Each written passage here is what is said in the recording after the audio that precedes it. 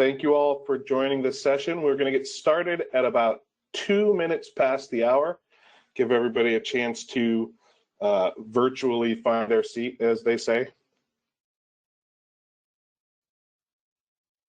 Yeah, welcome aboard, everyone. While I see some more joining in. I think I got a view of that here, Kerry. It's a nice technology we got. But yeah, welcome aboard. I saw some new people joining and some friends that I've known, and some on the clinical side, CMIOs. Welcome. It's good to see you again, and so a lot of people that are more on the IT side. So I think this will be a great discussion that we have, and hopefully everybody gets a lot of value out of it. It'll be good. We have content for both sides of the house. Yeah. So it should be a good discussion. I'll give it another 30 seconds or so.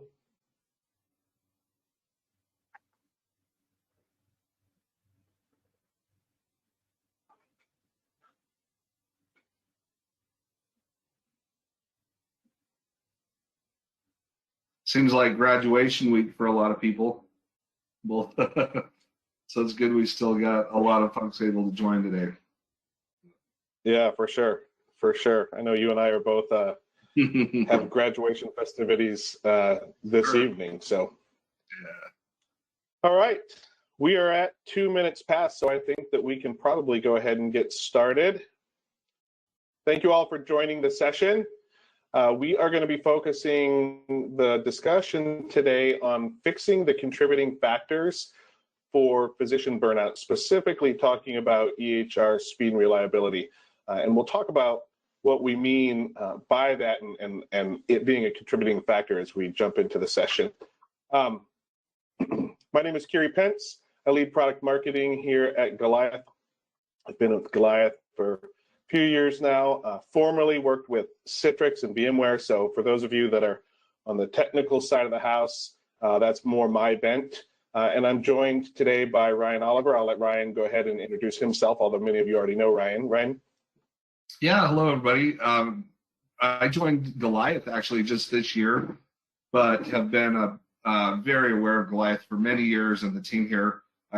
My healthcare background comes a lot of it in research at KLAS Research, and researched this topic, published a number of white papers and reports at KLAS Research on this topic, and it's been just a huge area of interest and obsession of mine for a long time. So looking forward to the discussion today. Yeah, and we're excited to have you on the team, Brian. Yeah, I love it. All right, so we want this session to be engaging, so ask lots of questions. There is a question and answer drop down in your GoToWebinar toolbar. You can leverage that to ask your questions, and we'll get to as many of them as we can at the end of the session, maybe even throughout the session. It depends on if the questions are sort of applicable to the specific topic we're talking about. But ask lots of questions because we want this to be engaging and for you to get as much out of it as you can. We're also going to, before we jump into the meat of the session, just launch a quick poll. Just want to get a high-level understanding of what your experience is with your EHR today. And then once the webinar is over and you X out, you're going to see a pop-up with just a brief survey, just a few questions. It'll take about a minute to fill out, maybe not even. If you wouldn't mind just taking a moment to fill that out, it just helps make sure that when we're delivering content for you all, that we're delivering the content that speaks to you and is meaningful. As far as our agenda for today, we're going to start by sort of laying out the scope and cost of the problem with physician burnout. This is a popular topic. It's something that every one of you, whether you're on the clinical side or whether you're on the IT side, it's a topic that you're aware of. We just want to sort of frame the problem a little bit and help understand what the scope and cost of that is. And then we want to dig into what those contributing factors are and the things that you can do to help solve those issues and sort of the order of priority to help ensure success when you're taking actions to resolve issues that are contributing to physician burnout. And then we're going to jump a little bit more onto the technical side as we look at specific use cases. We've got 2 organizations we're going to look at today. that we're able to quantify, isolate, and then resolve EHR speed and reliability issues that were contributing to physician burnout. And the result of that is now the clinical and the IT teams are able to communicate sort of with a common set of facts. So we'll show you what that looks like and how these two organizations applied it to their situations and their unique needs. And then we'll take some time for some Q&A. And again, we recognize we've got a mix of clinical executives on the webinar. We have some IT executives on the webinar as well. We've got content that'll speak to both sides. And in the end, what we are confident that you'll recognize is that there is a way that both sides of the house can actually communicate with sort of the same sheet of music, a common set of facts. So that's what we're looking to present to you today, and hopefully that will be your takeaway when we get done. All right, we're going to start with a quick poll, and we want to understand how you would rate your EHR's speed and reliability. Give me just a moment to launch that poll. All right, so would you rate it excellent, meaning there's no log-on delays or no session slowness? Maybe it could be better. Maybe there's some occasional log-on delays, nothing that happens regularly, but it has happened and you've noticed it. Or maybe it's poor. Maybe there are frequent issues with log-on delays, general slowness. Maybe you move the mouse and the cursor catches up a couple seconds later. Oftentimes we hear things like, I've spent 60 minutes of every shift waiting for Epic to finish logging on by the time they've logged on to multiple times, throughout the course of a shift. Or maybe they've moved the mouse and then 3 seconds later the cursor catches up. Those are the types of things, the way that speed and reliability manifests from a clinician's perspective. All right, so it looks like everybody has rated it fair. So occasional log-on delays and slowness. Nobody has rated it excellent. So interesting. All right. So now we're going to go ahead and jump into the meat. That sort of frames up the conversation well, Ryan. It seems like maybe it's going to be an applicable topic to the entire group that's here, since nobody is experiencing that outstanding speed and reliability experience that they all would probably love to have with their EHR. Yeah, it's not surprising because it jives with, much research has been done in this area because of what a big problem it is. And that does sort of sit with the large data sets that we've looked at. But I want to start with this, Kira. If you think back for a long time, when physicians would complain about this, it was often dismissed as physicians are whiners. And over time, a number of factors began to force health systems and IT leaders and clinical leaders to really start to listen more and look at this. And one of the factors is burnout and what that actually leads to when it comes to, one, just physicians quitting, leaving, moving on, turnover, but also the impact that it can have in a patient setting and the impact that it can have on clinical outcomes, on patient safety, and a number of other factors, efficiency as well. So, I want to share with you, I could share with you literally thousands of quotes. I think we've all heard what the physicians say about how much time they spend each day waiting when there's slowness, long log-on delays or latency in the application or in the EHR or anything like that. Clinicians typically have a pretty good idea of how much time they're wasting. And that is just frustrating in and of itself. The funny thing was, it wasn't frustrating, it wasn't quite enough for a long time for people to really move on this and do enough about it. Where you really get serious is a quote like you see here. Any delay can be a time sink. That's usually where clinicians start. It's just wasting time, but it's a lot more than that. You'll share later. I know Carrie's going to share with the team like some specific examples of those delays in a patient setting. But here's one clinician who says pulling up a patient's lab values, fluid input and output. If it takes more than a minute sometimes to do that. And picture the concentration and focus that a good clinician has to have. They know what they're looking for. They've got the patient on their mind. They know what they need to do. And then they say it's totally frustrating, but not only that, it's distracting. And before you know it, you lose focus. And what happens when they lose focus? I mean, we need to trust our clinicians. They say the chances for errors begin to creep in fairly quickly. That's not good. And if you'll shift on to the next slide, just to share with you how prevalent this problem is. That leads to burnout, one, when they're trying to do a great job, and the EHR is a deterrent to that. But two, when they're just feeling burned out and frustrated with their life and job in general, it diminishes the quality of care that they're able to deliver to the patients and other things. So we look at the broader data, how big a problem, according to the American Medical Association, they do a national physician burnout survey, and it's over half of clinicians indicate quite a bit of burnout. And two of the four biggest contributors to that burnout are IT related. You know, there are issues that we're not going to talk about here today, like staff shortage and things like that, but the IT related issues, in my mind, are foundational and are kind of the low-hanging fruit, the things that we can look at and are unnecessary frustrations. They can be fixed.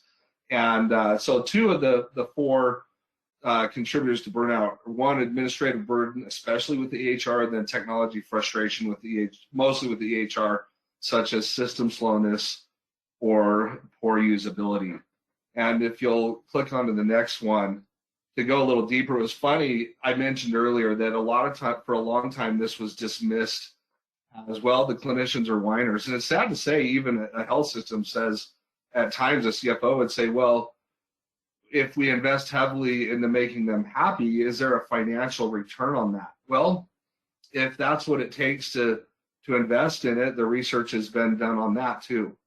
And this is JAMA Internal Medicine. The cost of burnout contributing to turnover is over $500,000 to $1 million per physician that leaves. When you think about recruiting, contracting, onboarding, patients that leave with that clinician, you're talking about a huge expense. And so further in this same study, they mentioned that larger major health systems will spend on average, those that participate in the study, between $35 and $40 million a year it will cost them due to turnover. So it's definitely also not just for the most important reason, the patient care, but even for financial reasons, it's definitely worth investing heavily into figuring out. So if we look at, though, okay, broadly, there's a big problem, but let's go a little bit more granular at which health systems have this problem. And as you know, I was involved at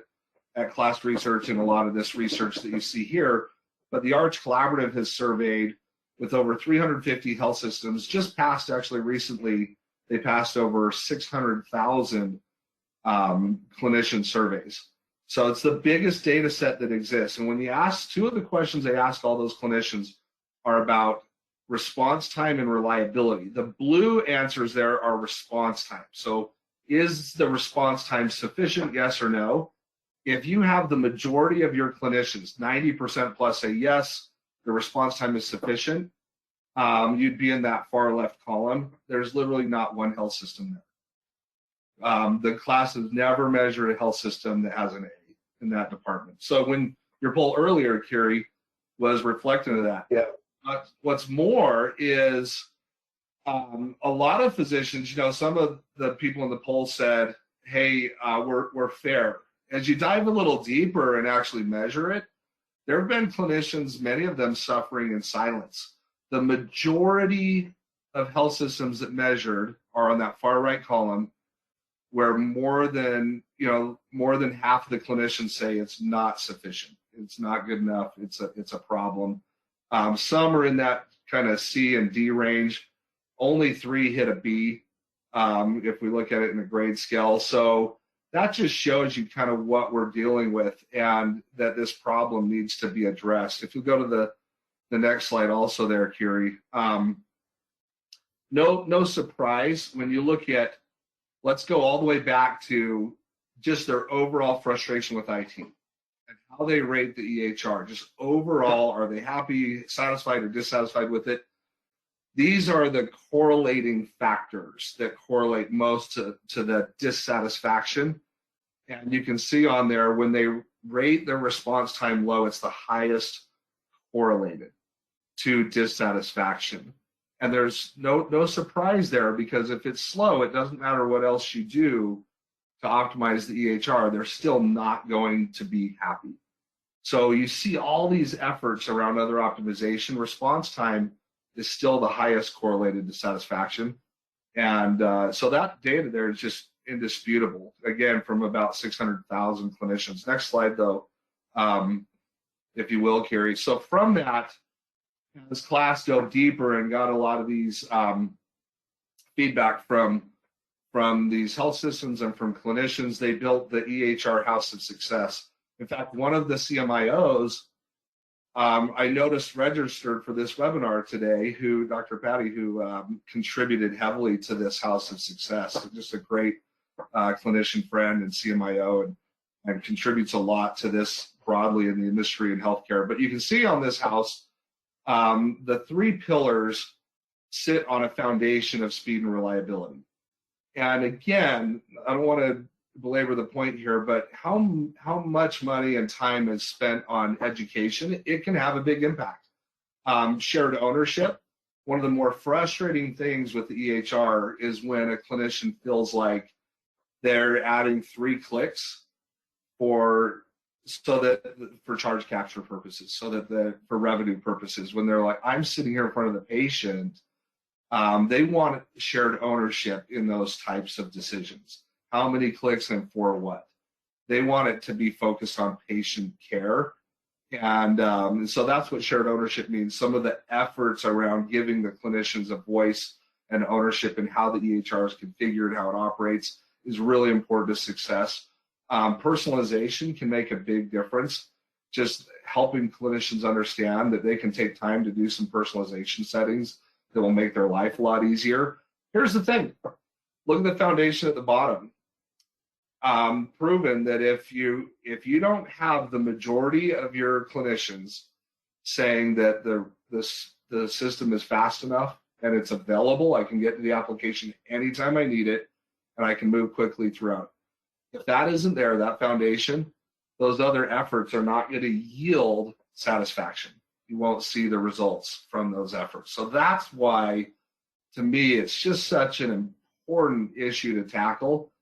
And you know what's interesting though, Kiri, why is it still a problem? That was a recent report that I just showed you with the number of health systems scoring low here. It's a extremely prevalent problem after all these years, and it's a technical problem. But why?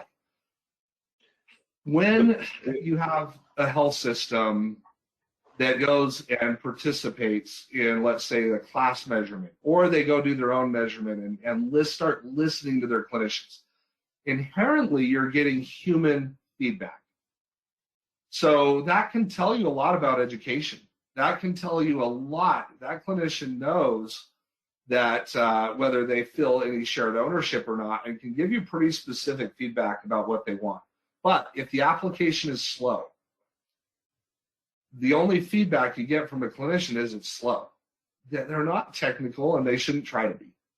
And they don't see a page not loading and say, wow, definitely the Citrix server needs to be updated, or the router is for sure the problem. You're never going to hear that from a clinician. So all you hear manifest is it's slow, I hate it. And then you have this situation where the IT team is looking at all of their metrics. And these are solid professional people that care about doing a great job. Everyone wants to do a great job. And they're looking at if they're on Oracle Health, they're looking at their lights on data. They're looking at their speed and connection speed. The network people don't see any issues. So they might have green lights from every metric they're looking at. And sometimes the CMIO on the clinical side is listening to the human experience. If you look at the screen there, the human experience, and saying, yes, it's a problem. IT, these are very technical people. They're looking at data and saying, yeah, but the data says it's fine. And you have this disconnect, and it leads to frustration. So what we really want to try to do here, and what Goliath does, and I think we have an animation, is it's incredible the way it brings empirical data and the human experience together. So when I discovered the Goliath years ago and talked to a number of health systems that used it, what I heard was from the CMIO, who looks at a clinician scorecard, that actually sees, this clinician scorecard actually shows every single clinician without any self-reporting. And I know you'll get into this in a minute, Kiri, but this is why it's so important. The CMIO can see a quick dashboard, a scorecard, and say, okay, clinician A, B, and C have complained. Here's data on technical data on what they're actually experiencing and the root cause. Now I can have a real conversation with the IT department. Now I have proof, indisputable proof, that this clinician is having this experience, and I have some data around how many, the duration, and the cause. Is it log-on issues? Is it slowness of the application? Whatever it is. Now the IT side finally can open up their eyes and say, wow, this is what we've wanted the whole time. Not just stories. We want the data. We want some proof. We want to know exactly what's going on with these clinicians. So one of the most fascinating things for me getting involved in this has been to see the CMIO and the CTO, whoever it is on the IT team side, finally come together and have a common set of facts that they can build an action plan on. And what that looked like before, if I could do a before and after, before it looked like this: finger pointing from different IT teams back to the EMR vendor, back to the network team, over to someone else, and then back to the clinicians. Are these people crazy? And now we just have, here's the data. And so that's one of my goals, is to drive more adoption between these two teams in healthcare. Such a healthy conversation. I think you'll share later, we were on a call just a few weeks ago with some incredible leaders at a children's hospital that just started using this data and did a great job of bringing it all together and solving some problems. So we'll share some of those examples, how they did it technically. Kiri is much more technical than I am. I've spent a lot of my time researching the impact and researching the clinical side of how this affects the clinician experience and patient outcomes. And so we're excited to dive into it. But with that, Kiri, I'll turn it over to you to share with the group. I'm excited for them to hear from you a little bit about how we're bringing the clinical IT team. And I think you've got a few specific examples of what health systems are doing to bring that together and to solve these issues.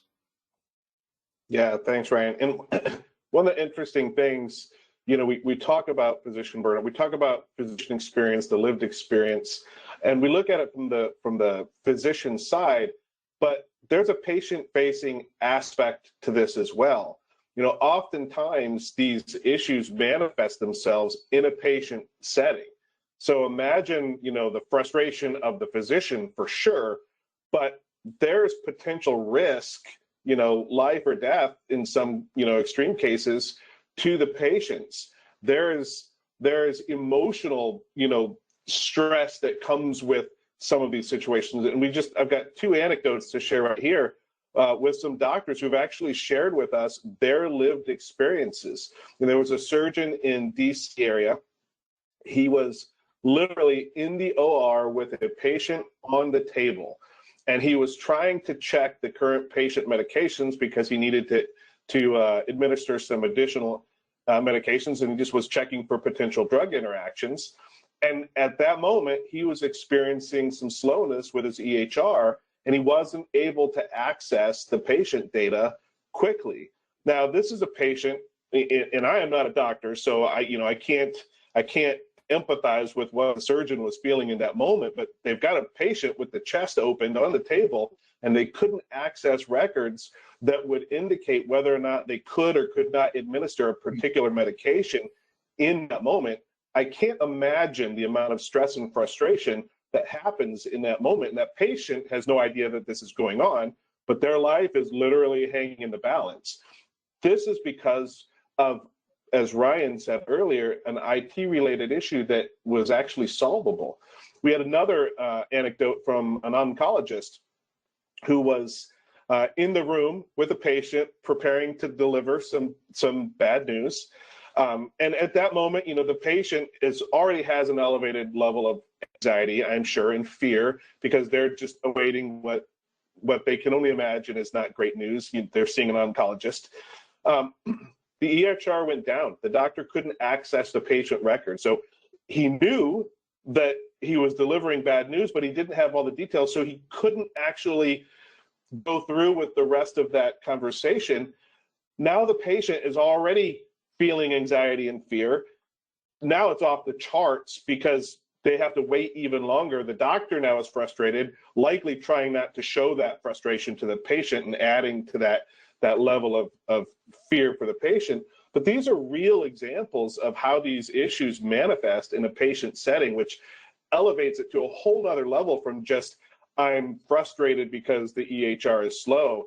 And when you have sort of this back and forth between clinical and IT side, where the IT side is like, oh, the physicians are just complaining again today. Like, these are real issues that impact patient care, not just the satisfaction of the physicians.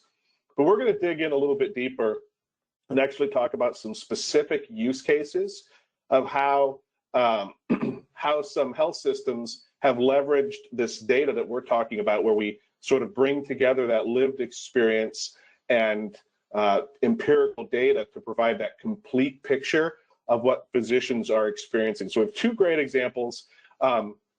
In both situations, these are sort of unique situations where you actually have the HIT side, the IT side, and the clinical side working side by side to ensure that situations like we just were talking about don't actually happen to them. So the first use case we're going to look at is an organization that leverages Epic Hyperdrive for their EHR. Now, just a little background on how we work with this.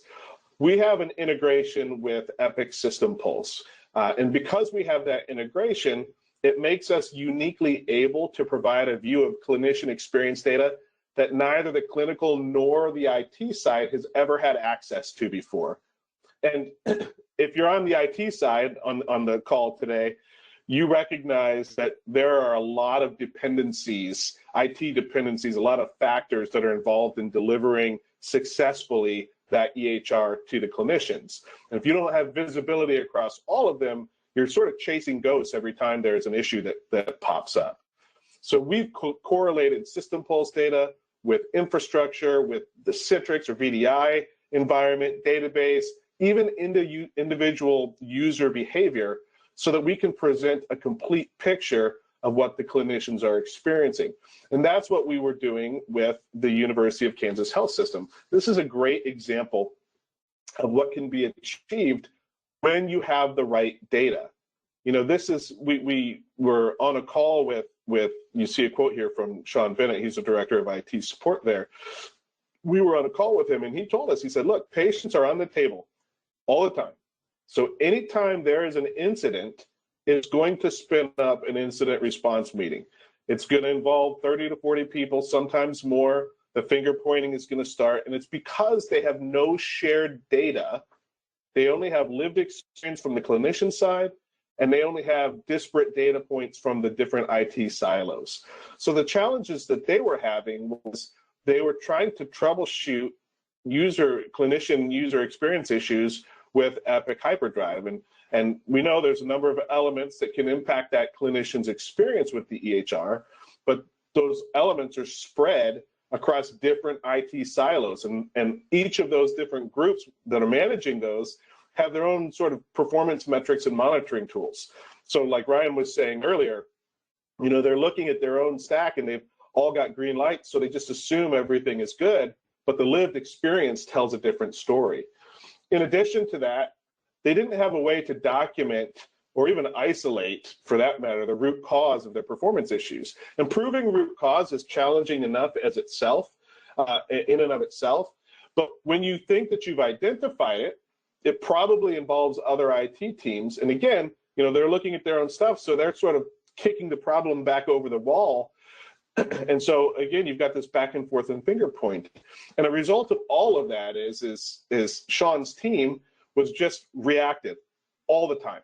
They couldn't get ahead of anything because all they were doing were putting out fires nonstop 24/7. And so they couldn't get ahead of anything. So fast forward, they leveraged Goliath for a speed and reliability improvement program. And now they have data that cuts across all those IT silos, data that can be used by both the IT side and the clinical side. So now they've been able to permanently fix chronic issues. So issues that continuously popped up, they could never find the root cause of those issues. Now they've found those issues, the root cause of those issues, they've resolved those. So those chronic issues have now gone away. One of the ways that they measure EHR satisfaction or clinician satisfaction across the IT department is through support tickets, user complaints that come in. Those drastically have reduced because, again, they fixed these chronic issues. Now, what that did for them was it freed up the IT team to actually get proactive.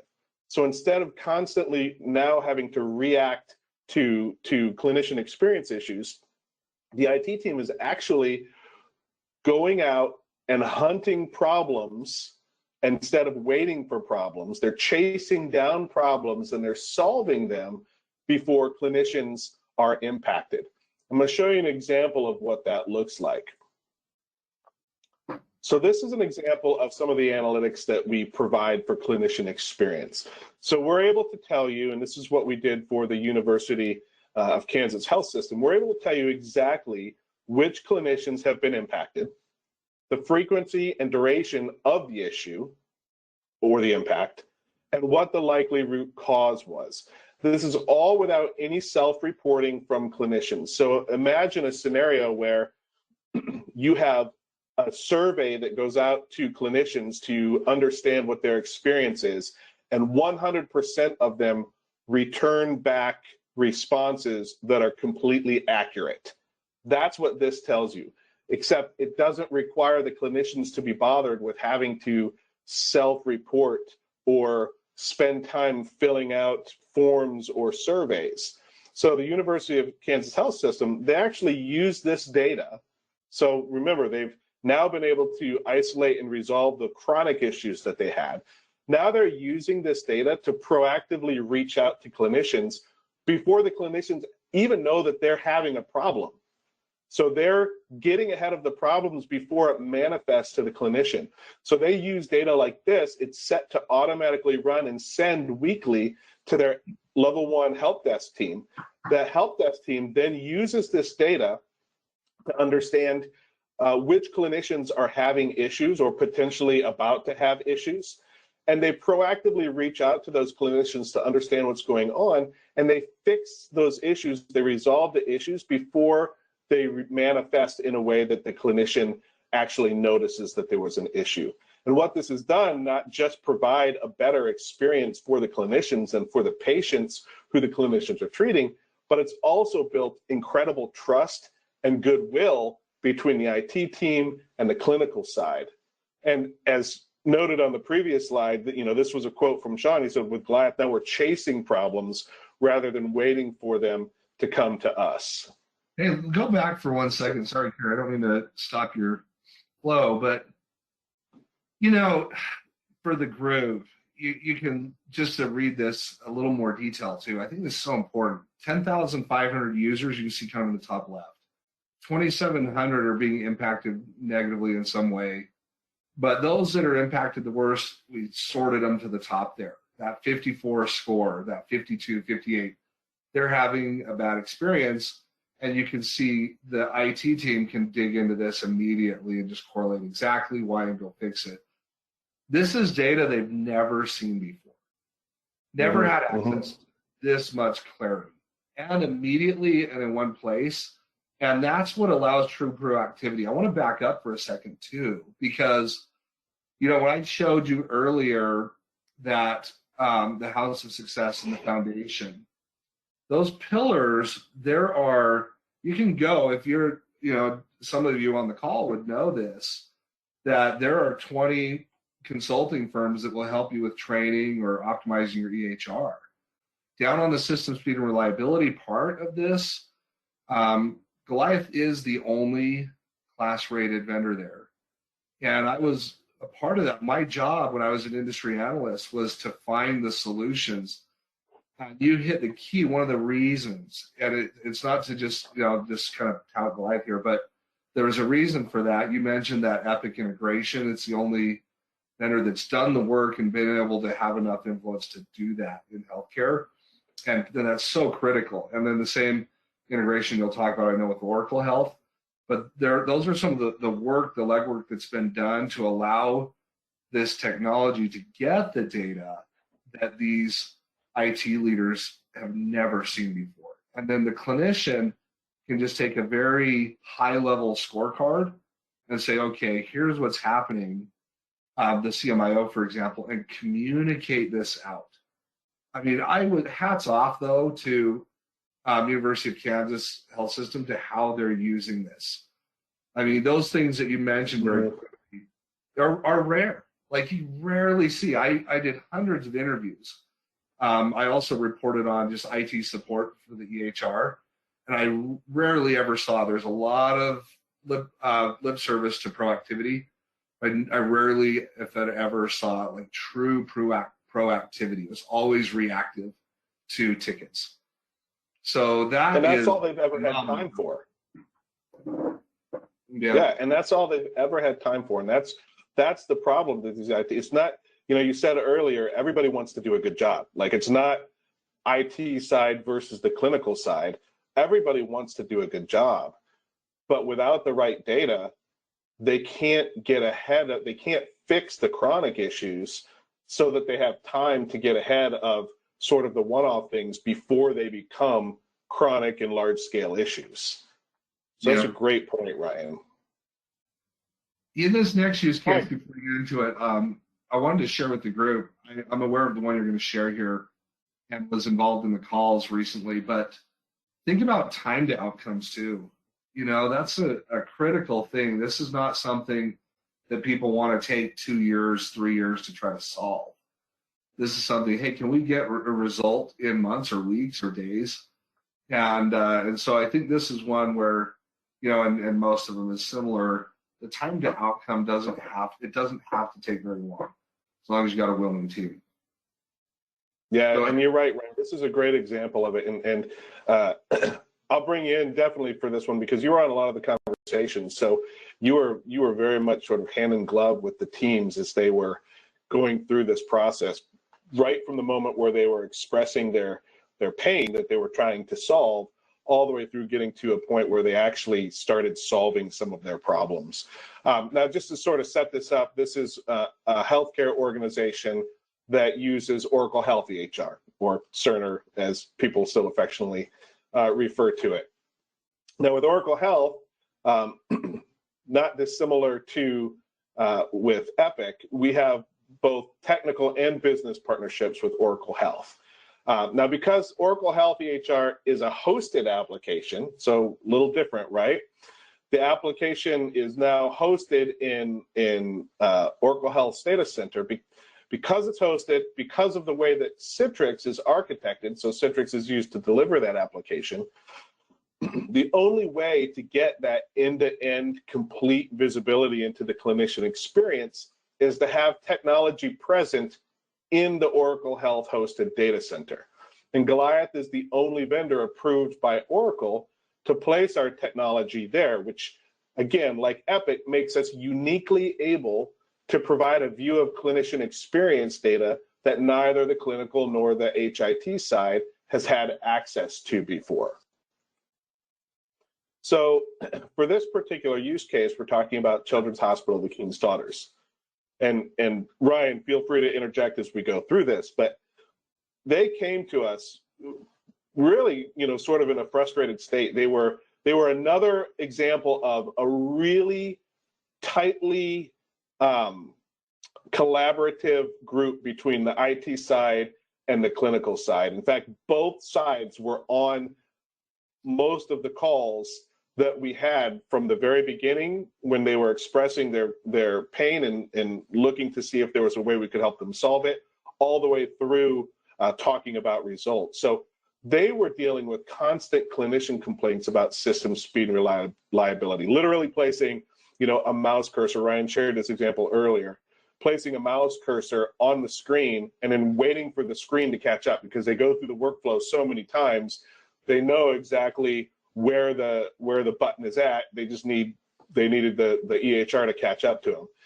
They also had no visibility into the clinician experience. So this was another sort of unique situation where IT knew there were issues.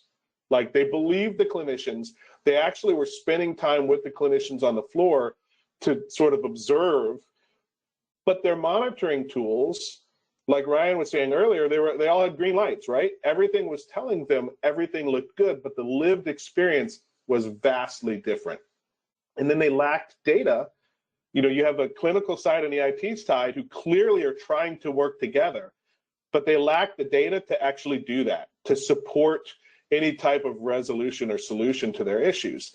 And again, this is an unusually collaborative group. And I don't want to paint a picture where there's always this divide between IT and clinical, but the sad truth is there is a bit of a chasm there, and not always is the experience, a collaborative one. It oftentimes is more of a finger pointing experience, and that was not the case here, which made their, Ryan was alluding to the time to resolution.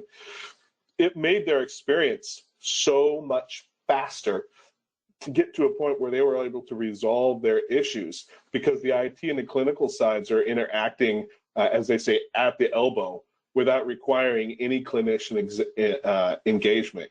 And now the CMIO, they have data to dialogue with the clinicians and also with the IT side of the house. So Ryan, I know that you have a lot of color that you want to add to this before I jump into some examples of what we actually did. What you said first is great team, great leaders. I was just so impressed with, their expertise and the way that they lead and how much they care and their knowledge. Really good, really sharp technical team. And it was interesting. Their CTO, this might seem simple, but not everybody does this. As you mentioned, he had walked the floor and really empathized. Like, he walked around and it was just a technical issue that they couldn't find. And his team was bending over backwards. One of his frustrations is he cares about his IT team a lot. And he's asking them to do things, stay up nights and weekends, and the way he put it, chasing ghosts that they couldn't find. They just could not find the issue. And then he'd walk back out, and the allergist is just waiting for, she knows where the icon's going to show up and waiting for it to show up so she can click it. Their chief surgeon was showing how long he had to wait for screens to upload. And then their CMIO, he actually took the time separately to ask us for his own call as soon as we deployed Goliath, which only takes about 2 hours to deploy. It deploys very quickly. But anyway, he said, hey, I want to understand this just at a high level so I can look at the data. I thought that was a great proactive move for the CMIO. So we gave him just a quick 1 hour call, walk through the technology with him so that he can show up armed with clinician data when he approaches the IT team, but also he's got a leg on both sides, a leg in IT and a leg, of course, on the clinical side when he reports back and communicates back to his clinicians. It just adds so much more credibility and confidence and trust with the clinicians with how they recognize the issue and that they're solving it quickly and getting results fast. Yeah, and it comes down to data, right? And data that can be consumed by both the IT and clinical side. IT needs it because they have to go in and solve problems. So they've got to have the right data. But the clinical side needs it to help support what it is that they're experiencing. So again, sort of bringing together that lived experience, that human experience with empirical data. And this is another example of the type of analytics that both these organizations leverage as they're trying to identify and resolve their issues. So again, this is another report telling you exactly which clinicians are impacted, the frequency and duration of the issues, and the likely root cause. And again, this is done without any self-reporting from the clinicians. Can automatically be sent, like the team at University of Kansas does, can automatically be sent to different constituents, right? So in this case, can be sent to the CMIO who wants to have data so that he can communicate with the clinical side to see what the lived experience, how the lived experience matches with the data, and can also communicate with the IT side to say, here's what we're experiencing and here's what we see. So in this particular example, most of the time, and I probably would be a great poll question for another webinar, but we hear anecdotally anyways, most of the time, log-on issues are the biggest complaint. And it's usually because they just take too long. And Ryan, you actually, you were sharing the other day a story, and I can't remember if it was a friend or if it was a story that you had heard, but a doctor who actually took time to time his logons every time throughout the course of his shift. Can you elaborate on that a little bit? It's funny, I shared this with several people, and then I got a lot of laughs with some friends from health systems who all said they've done something similar. But it's so funny to hear essentially like a stopwatch, and I had a CTO on a call. He said, yeah, we've done that. But essentially just clicking his watch and saying, okay, I logged in. How long is it going to take? And then at the end of a 10-hour shift, it was 60 minutes, an hour waiting for login times. And I chuckle sometimes when things are sad, but and I shouldn't. It's just one of my weird responses. But yeah, it's just that a clinician has to spend an hour a day waiting, with the patients are waiting, and there's burnout already and frustration. And the other thing, I would just share is burnout is a very hot topic. It should be, and it's so important. But another thing that folks are investing heavily in to try to help is ambient speech products to eliminate some of the documentation burden. But the sad part is, with all the focus on that, if you're able to eliminate 45 minutes of documentation burden a day, that's great. But that clinician is still not going to be happy at all or have a great experience if they're waiting an hour a day for just log on and slowness, latency problems, right? So yeah, it's if you ask anybody, I wish this call was interactive. Ask the group to do another poll, but any complaints about logon issues and single sign-on configurations, it's just rampant in the industry. Yeah. And it doesn't have to be. It's a fundamental issue that can be fixed. The problems usually aren't hard to fix; they're just hard to find. Like the root cause. Yeah, that's exactly it. Yeah, that's exactly it. From an IT perspective, they're usually actually relatively easy to fix once they can find the problem. So that's a great point. You look at analytics like this. In this case, they were able to see, oh wow, like this particular report was run on a specific location. Across that location, the average logon time was 130 seconds. That's crazy. That's unacceptable.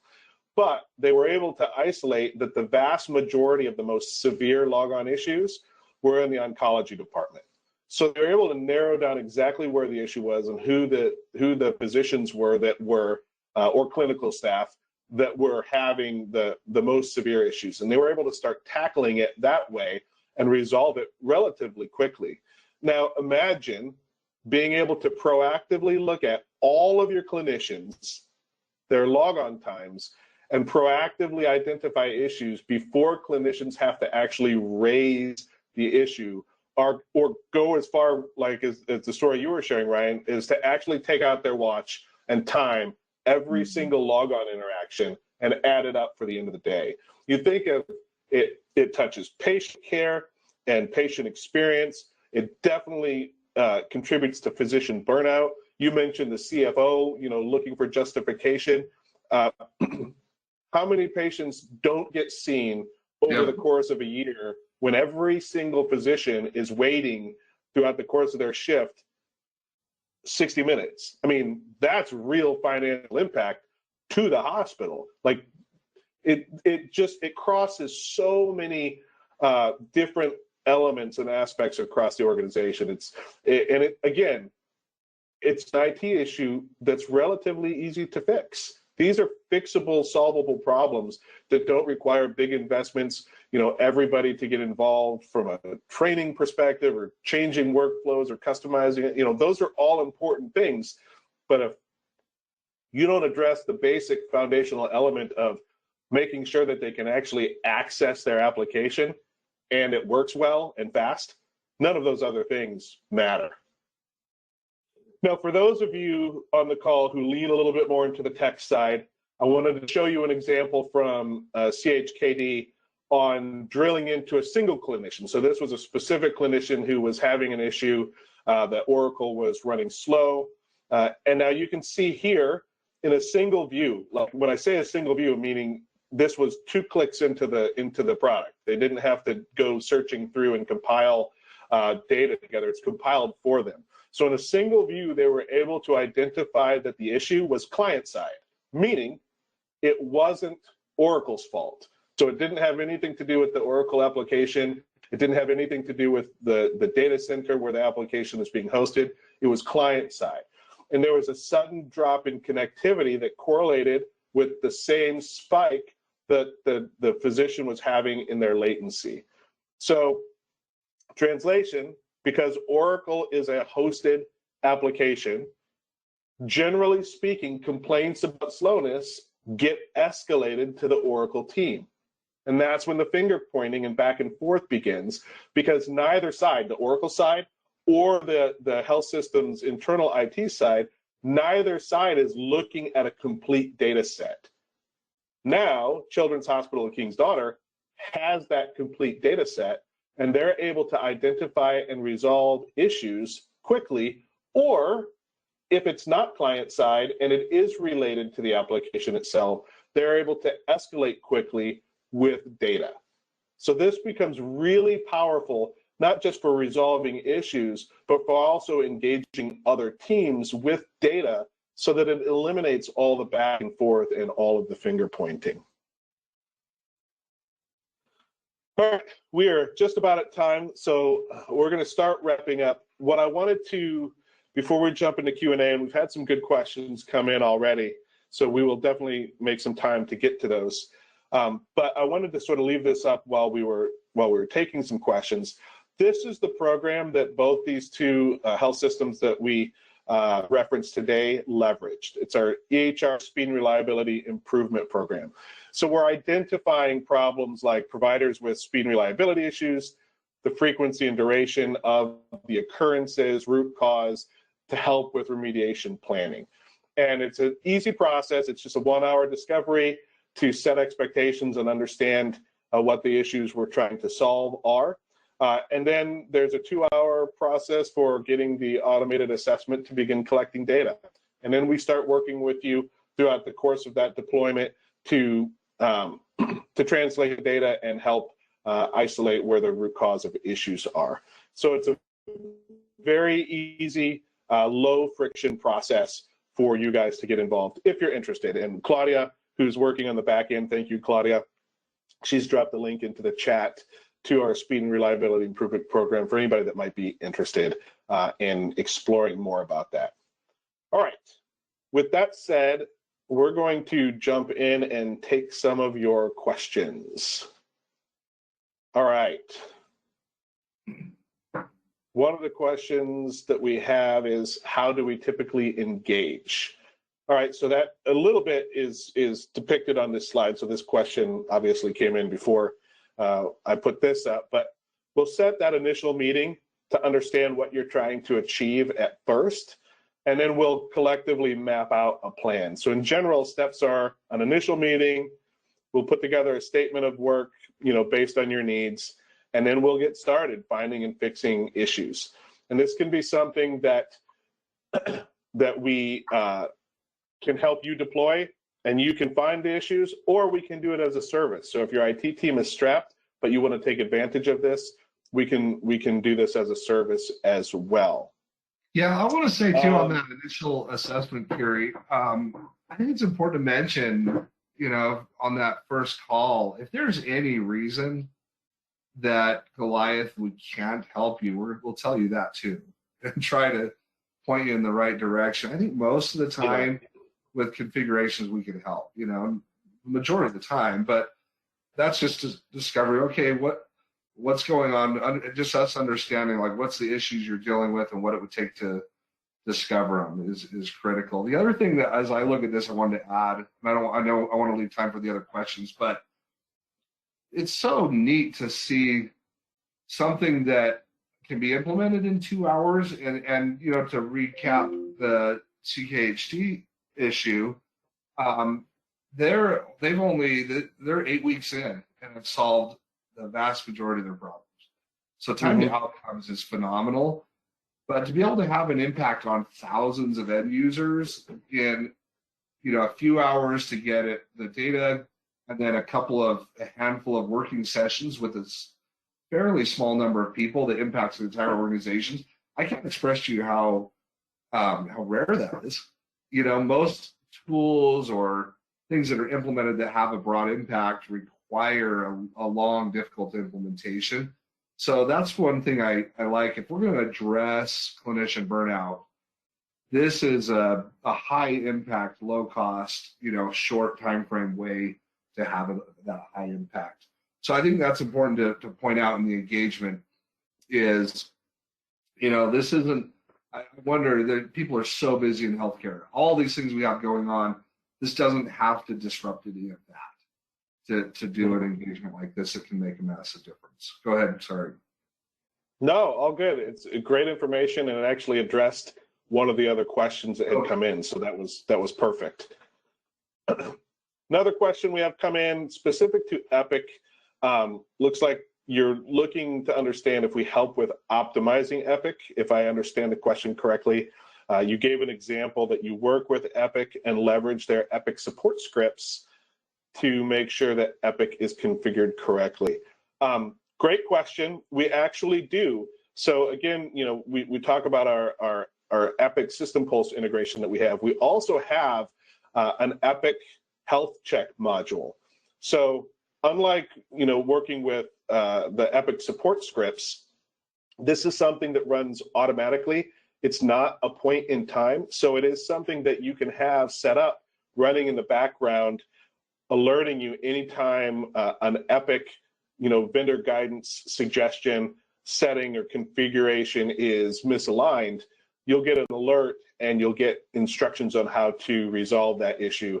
And in some cases, if you wanted to leverage automated remediation, you could do that as well. So we absolutely do help with optimizing Epic environments in particular. We do the same thing. I know that a lot of in most cases, Epic is delivered by Citrix. Same thing with Oracle for that matter. We do also offer Citrix health checks as well.